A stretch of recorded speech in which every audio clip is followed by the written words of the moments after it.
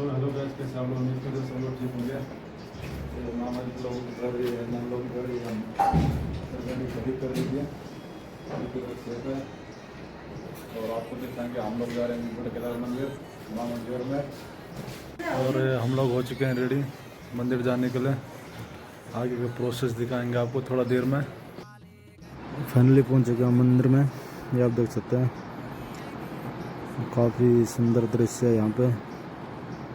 यहाँ पे पांडव नृत्य होता है इस जगह पे। और सामने आप देख सकते हैं कैलापीठ देवता का मंदिर जो कि काफ़ी खूबसूरत है। और सामने का व्यू देख सकते हैं,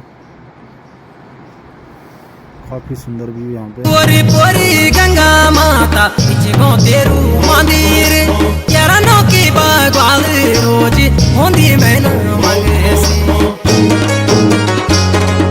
पोरी पोरी गंगा माता इचगो तेरू मंदिर यारा नो की बागवाल रोज होंदी मैन मंगेसी।